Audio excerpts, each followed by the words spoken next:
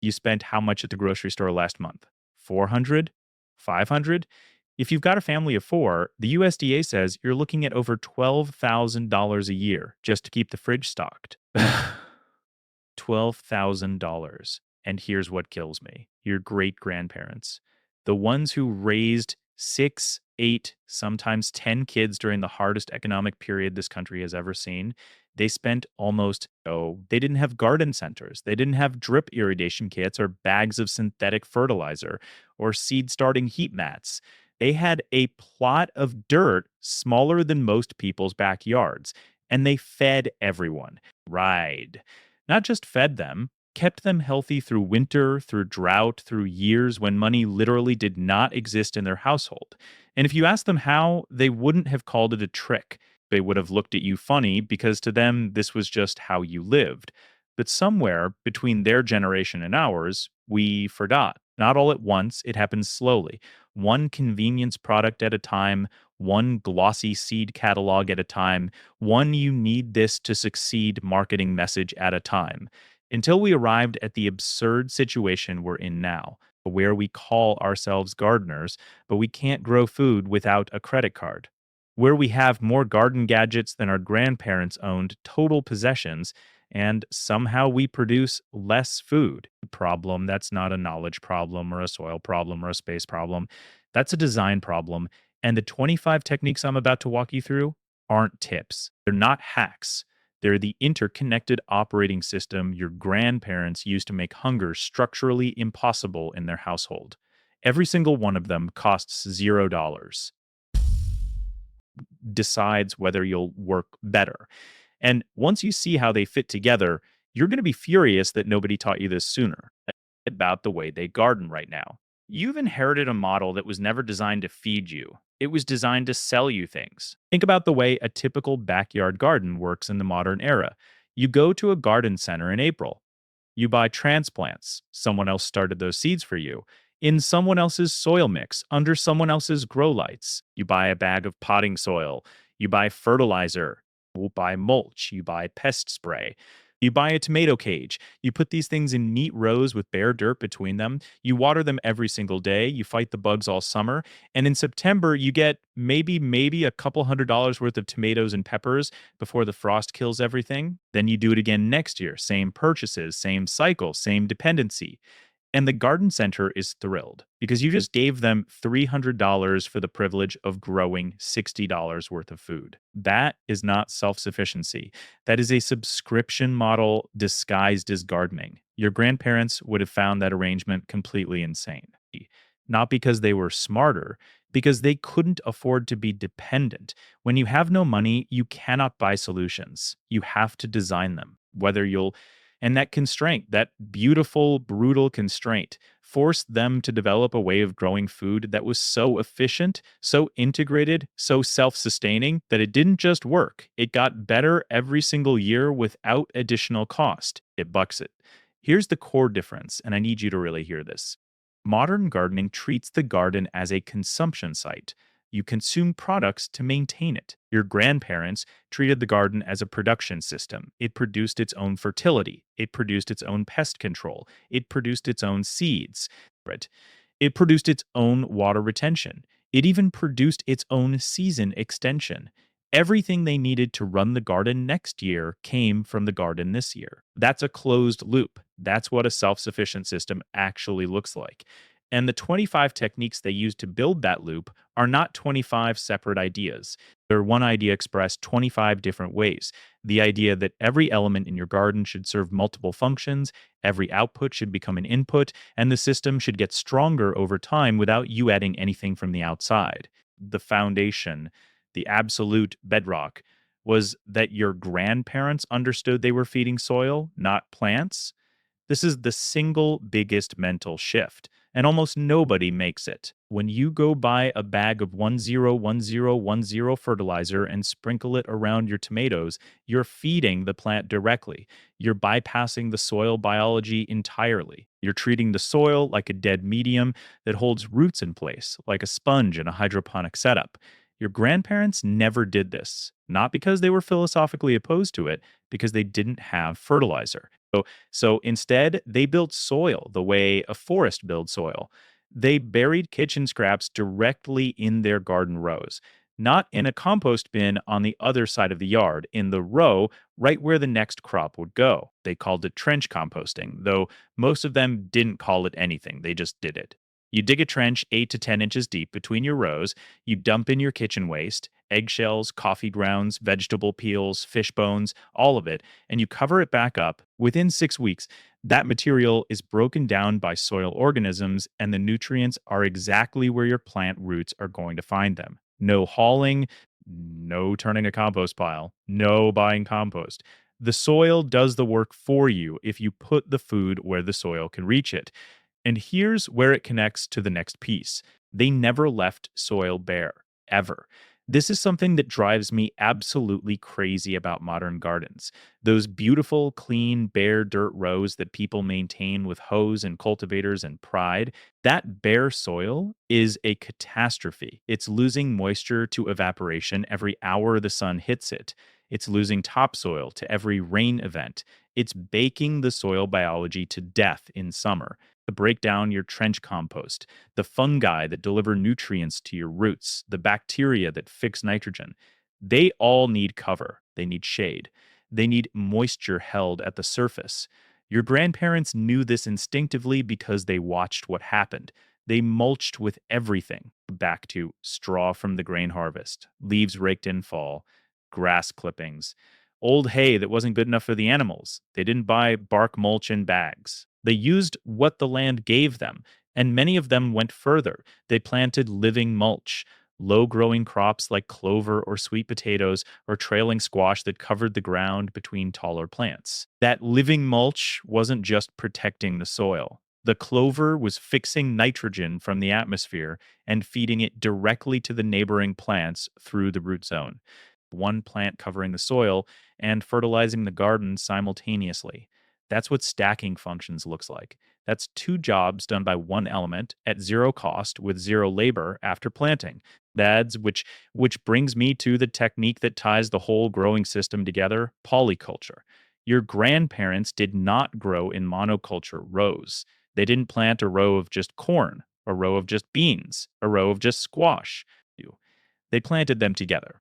The most famous version of this is the Three Sisters: corn, beans, and squash interplanted in the same mound. And this is not some quaint historical footnote. Research from Iowa State and the University of Wisconsin has shown that Three Sisters polyculture produces more total calories per acre than any of those crops grown alone. The corn gives the beans a living trellis. No stakes, no string, no bot supports. The beans fix atmospheric nitrogen and feed it to the corn, which is one of the hungriest crops you can grow. Squash sprawls across the ground, shading the soil, retaining moisture. And those prickly squash stems discourage raccoons and other critters from walking through the planting. Three plants, three functions each, zero external inputs. But your grandparents didn't stop at the Three Sisters. They interplanted everything. Marigolds went between the tomatoes because they repel nematodes and confuse pest insects that navigate by scent. If a cabbage moth is flying over your garden looking for brassicas, and all it can smell is a wall of mixed signals, tomato leaves, marigold, onion, basil, bean flowers, it can't locate your cabbage. That's pest confusion through diversity. That's a biological pest control system that costs you nothing and requires zero intervention. Compare that to spending $15 on a bottle of organic pest spray that you have to reapply every time it rains. Your grandparents' version works better, costs nothing, and gets stronger every year as the diversity increases. Now, here's the part that really changes the game: seeds. Your grandparents saved seeds every single year from every single crop. This isn't a cute homesteading hobby. This is the most powerful food security tool that exists, and it's the one modern gardening has almost completely stolen from you. Read. Here's how it worked. At the end of every season, they didn't harvest everything. They let their best plants, the strongest tomato, the most productive bean, the pepper that handled drought the best, they let those plants go to seed. They collected those seeds, dried them, stored them in paper envelopes or glass jars, and planted them the following spring. No seed catalog. Number $4. 50 per packet, no driving to the garden center. But here's what nobody tells you about this process. It's not just free seeds, it's better seeds. Every year, by selecting seeds from the plants that performed best in their specific soil, their specific climate, their specific microclimate, they were running a breeding program, though. Those seeds were adapting. Generation after generation, those tomato seeds were becoming more drought tolerant, more disease resistant, more productive, specifically for that exact garden. Did your grandparents had a tomato variety that was custom evolved for their property? No university breeding program, no biotech company. Dye brought back the money. Just observation and patience. Modern hybrid seeds, by contrast, are designed not to be saved. That's not an accident. If you can't save seed, you have to buy seed in every year, forever. That's the dependency model at its most elegant and its most insidious. Your grandparents broke that cycle by growing open pollinated heirloom varieties and treating their seed stock as a living inheritance, passed seed lines down for decades. Those seeds were literally worth more than money because they represented years of adaptation that money couldn't buy. And seeds connect directly to the next forgotten principle: succession planting. Your grandparents didn't plant everything in May and hope for the best. They planted in waves: lettuce in March, peas behind it in April. As the lettuce bolted in June heat, they pulled it and put in beans. When the peas finished, the space got fall brassicas: cabbage, kale, turnips. When those came out, a cover crop of winter rye went in to hold the soil and fix more nitrogen. One bed, four harvests, 12 months of productivity. That same bed in a modern garden, planted in May, harvested in September, empty from October to April. 6 months of bare soil doing nothing. Your grandparents couldn't afford 6 months of a bed doing nothing. Every square foot worked year round, and the succession wasn't random. Each crop in the sequence was chosen because it either fed the soil for the next crop or broke up a pest cycle. Brassicas follow legumes because legumes leave nitrogen behind. Root crops follow heavy feeders because root crops are light feeders that mine deeper soil layers. This is rotation and succession woven together into a calendar that the garden almost runs on its own once you understand it. But growing food is only half the system. Preservation, the modern gardener really falls apart. Preservation. Your grandparents grew food for 12 months, not 3. The summer garden wasn't the point. The summer garden was the engine that filled the pantry, the root cellar, and the drying rack that fed the family from November to March. And they had at least 5 distinct preservation methods running simultaneously, none of which required electricity. Root cellaring is the most elegant.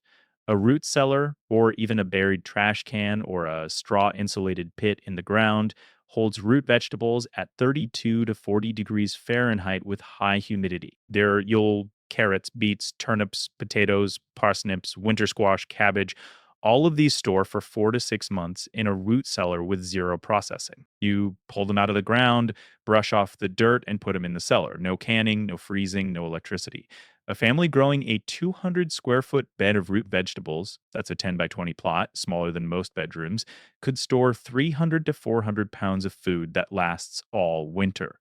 At current grocery prices, that's $400 to $600 worth of organic produce from a space that cost nothing to plant if you're saving your own seed. Water bath canning handled the tomatoes, fruits, pickles, and jams. Lacto fermentation handled the cabbage, turning it into sauerkraut that kept for months in a crock and provided probiotics that your grandparents didn't even have a word for but benefited from every day. Drying handled the herbs, the beans, the peppers, the apple slices. A wooden frame with screen mesh set in the sun or near the wood stove turned summer abundance into shelf-stable food that lasted years. And smoking handled the meat. Every one of these methods converts a short season surplus into a year-round food supply. That's the part modern gardeners completely ignore. Bed, and they grow a massive harvest in August, eat what they can, watch half of it rot, and then go back to buying groceries in October. Your grandparents would have considered that a tragedy. Die. Not because of the waste, though that too, but because it meant the garden failed at its primary job, which was never to provide fresh food in summer. It was to fill the pantry for winter. Here's another piece that the garden center will never sell you: observation based pest and disease management. Your grandparents didn't spray, not because they were organic purists, but because spray didn't exist for most of them. And when it did, it cost money, but bad. So they watched. They learned that wood ash sprinkled on squash leaves repels squash bugs. The alkalinity irritates the soft bodied insects. Cost zero. Was. They learned that tomato leaf tea, made by soaking tomato leaves in water overnight, creates a spray that repels aphids because of the alkaloids in the nightshade family. Cost zero. They learned that planting dill and fennel attracted parasitic wasps that laid their eggs inside hornworms and killed them without any human intervention. That's not pest control, that's ecosystem design. You're recruiting an army of beneficial insects by providing them habitat and food, and they do your pest management for free. Your grandparents had borders of wildflowers and herbs around their gardens, not because it was pretty, though it was, but because those flowers fed the predators that ate the pests. Every marigold was a soldier, every dillhead was a barracks. The whole garden was a functioning ecosystem, not a battlefield. And then there's water. This is the one that really gets me because I see people spending hundreds of dollars on irrigation systems, timers, soaker hoses, drip lines, and their grandparents watered once a week at most. That's something. Here's the reality: if your soil is alive, if it's full of organic matter from years of trench composting and mulching and chop and drop, it holds water like a sponge. 1% increase in soil organic matter allows the soil to hold an additional 20,000 gallons of water per acre. Your grandparents, after years of building their soil, had gardens that could go 2 weeks without rain and show no stress. Because the water was already there, held in the soil biology, released slowly to the roots. Meanwhile, your garden, with its dead, compacted, bare soil, loses water as fast as you apply it. You're not watering plants, you're compensating for soil that can't hold moisture because you've been treating it like dirt instead of like a living organism. And it goes further than soil. Your grandparents caught water. Every roof surface drained into a barrel or a cistern.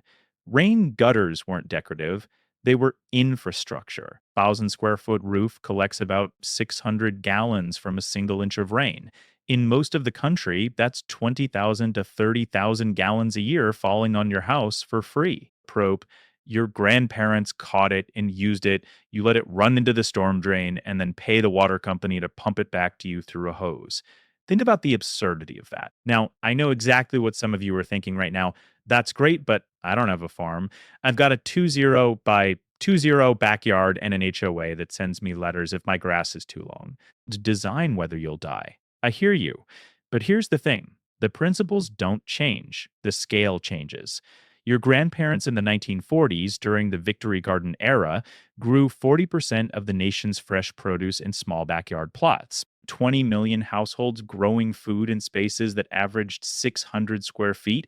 That's a 20 by 30 plot. Many were smaller. And here's the part that's going to change how you think about your tiny yard. At even half a pound of produce per square foot, which is conservative for a well designed polyculture, a 200 square foot garden produces 100 pounds of food per season. Oh, bad, add succession planting, and you're looking at 200 to 300 pounds from the same space. That's not a hobby. That's a significant chunk of your family's vegetable needs. Now past. Don't have ground space? Your grandparents didn't always either. They grew pole beans up the side of every fence and shed. They put containers on south facing porches. The single 5 gallon bucket can grow a full potato crop, 8 to 10 pounds from one container. 6 buckets along a patio edge gives you 50 to 60 pounds of potatoes. At current organic potato prices of about $3 a pound, that's $150 to $180 worth of food from 6 buckets you got for free behind the hardware store. No ground needed. And if your HOA hates the look of vegetable gardens, your grandparents have you covered there too. They grew food that looks ornamental: Swiss chard with bright red and yellow stems, purple cabbage, scarlet runner beans with gorgeous red flowers climbing an arbor, strawberries as ground cover in flower beds, herbs bordering walkways, rosemary hedges, blueberry bushes instead of boxwoods. Your grandparents called this the kitchen garden, and it sat right at the front of the house because food was beautiful and nobody had yet convinced us to be embarrassed about growing it. What about winter? If you're in a cold climate, this is the objection that feels most real. But your grandparents didn't stop growing in October. They used cold frames, simple wooden boxes with an old window on top to extend the season by 2 months on each end. Lettuce, spinach, kale, carrots, radishes, all of these grow just fine down to 20 degrees Fahrenheit under a cold frame. Some of them actually taste better after frost because the cold converts starches to sugars. A cold frame costs nothing to build if you've got scrap wood and an old window, and it turns a 6 month growing season into a 9 or 10 month growing season. That's 40 to 60% more production from the same space. And the root crops you planted in summer, they're sitting in that root cellar or buried under straw in the garden itself, available all winter. Parsnips, in fact, are sweetest when you leave them in the ground through frost and dig them in January. Your grandparents knew this. The garden center doesn't tell you this because there's nothing to sell you in January. You. So here's how you actually start. Not all at once. That's the trap. That's the garden center model, where you buy everything in April and plant everything in May and burn out by July. Your grandparents built their systems over years. First year, you do three things. You pick one bed, even a by 8 raised bed or a section of your yard, and you start building the soil. Trench, compost your kitchen scraps directly into it, mulch it with whatever organic material you can find for free: leaves, grass clippings, straw, cardboard. You plant one polyculture. Try the Three Sisters if you've got full sun: corn, beans, squash, one mound. See what happens. Save seeds from whatever does best. Total cost: a few dollars in seeds, or zero if you get seeds from a friend or a seed library. The rest of your energy goes to learning, watching what grows, watching where the water goes when it rains, watching which bugs show up and what eats them. That observation is not wasted time. It's the most productive thing you'll do all year because you're learning the specific language of your specific piece of ground. Best. Second year, you expand. Your soil in that first bed is already noticeably better, darker, wormier, holding moisture longer. You add another bed. You start succession planting: lettuce in early spring, beans in summer, kale in fall. You build a cold frame from scrap materials. You start your first preservation project, maybe a batch of lacto fermented sauerkraut, which requires nothing but cabbage, salt, and a jar. You plant comfrey somewhere on your property, a deep rooted perennial that sends roots down 6 to 8 feet, mining minerals from the subsoil and concentrating them in its leaves. You chop those leaves 3 or 4 times a season and drop them as mulch around your other plants. Free fertilizer produced on site in perpetuity from a plant that never needs replanting. That's a closed loop at the plant level. Your grandparents had comfrey growing beside every garden and around every fruit tree they owned. It was so common, nobody even thought of it as a technique. It was just part of the landscape. Third year, the system starts running itself. Your soil is alive and holding water. Your mulch is suppressing weeds, and you've stopped fighting them. Your polycultures are confusing pests, and you've stopped spraying. Your saved seeds are adapted and germinating stronger. Your root cellar or storage setup is keeping food through winter. Your succession calendar is second nature. At this point, you've stopped being a maintenance worker and become an ecosystem designer. You're spending maybe 3 to 5 hours a week in the garden, most of it harvesting, and you're producing more food than you did in year one when you were spending 15 hours a week fighting problems. The math on this is honestly staggering when you lay it all out. A modest but well designed kitchen garden, call it 400 square feet, succession planted, polyculture designed, with basic preservation, can produce $2,000 to $3,000 worth of organic produce per year. So your total input cost after year one is functionally zero if you're saving seed, composting in place, and mulching with free materials. Over 5 years, that's $10,000 to $15,000 worth of food from a system that cost you maybe $50 to start and a few hours a week to maintain. Meanwhile, you've spent $60,000 at the grocery store over that same period for food that traveled 1,500 miles, was picked unripe, lost half its nutrition in transit, and came wrapped in plastic. You'll Tell me which system makes more sense. And here's the part that sits with me the most. Your grandparents didn't do this because they read a book about permaculture. They didn't watch a YouTube video about companion planting. They did it because they watched. They watched what the land did when they left it alone. They watched which plants grew well next to each other and which ones struggled. They watched where water pooled and where it drained. They watched which insects ate which pests. They watched what survived the winter and what didn't, and they adjusted every year a little smarter, every year a little more aligned with how their specific piece of ground actually wanted to work. That's observation based design, and it's the most powerful technology humans have ever developed for feeding themselves. It predates every garden center, every chemical company, every seed catalog, and every agricultural extension office by about 10,000 years. The 25 techniques I've walked you through, the trench composting, the living mulch, the polyculture planting, the seed saving, the succession calendars, the companion planting for pest confusion, the wood ash and tomato leaf tea, the beneficial insect habitat, the soil building, the water harvesting, the root cellaring, the fermentation, the drying, the cold frames, the comfrey, the crop rotation, the stacking functions, the calorie crop focus, the container growing, the ornamental food systems, the rainwater collection, the chop and drop fertility, the deep rooted mineral miners, the cover cropping, the indicator weed reading. These aren't 25 separate tricks. They're one integrated system where every piece makes the other pieces work better. Remove one and the others still function, add them together, and you get something that is genuinely structurally impossible to go hungry inside of. Your grandparents didn't have a word for that. They just called it the garden. And it's still waiting for you right outside your door, right under your feet, in soil that is ready to come alive the moment you stop fighting it and start designing with it. Your grocery bill, your weekends, your confidence in your ability to feed your own family, all of it changes the moment you stop buying solutions and start building systems. And the best part, every single thing you need to start is already free.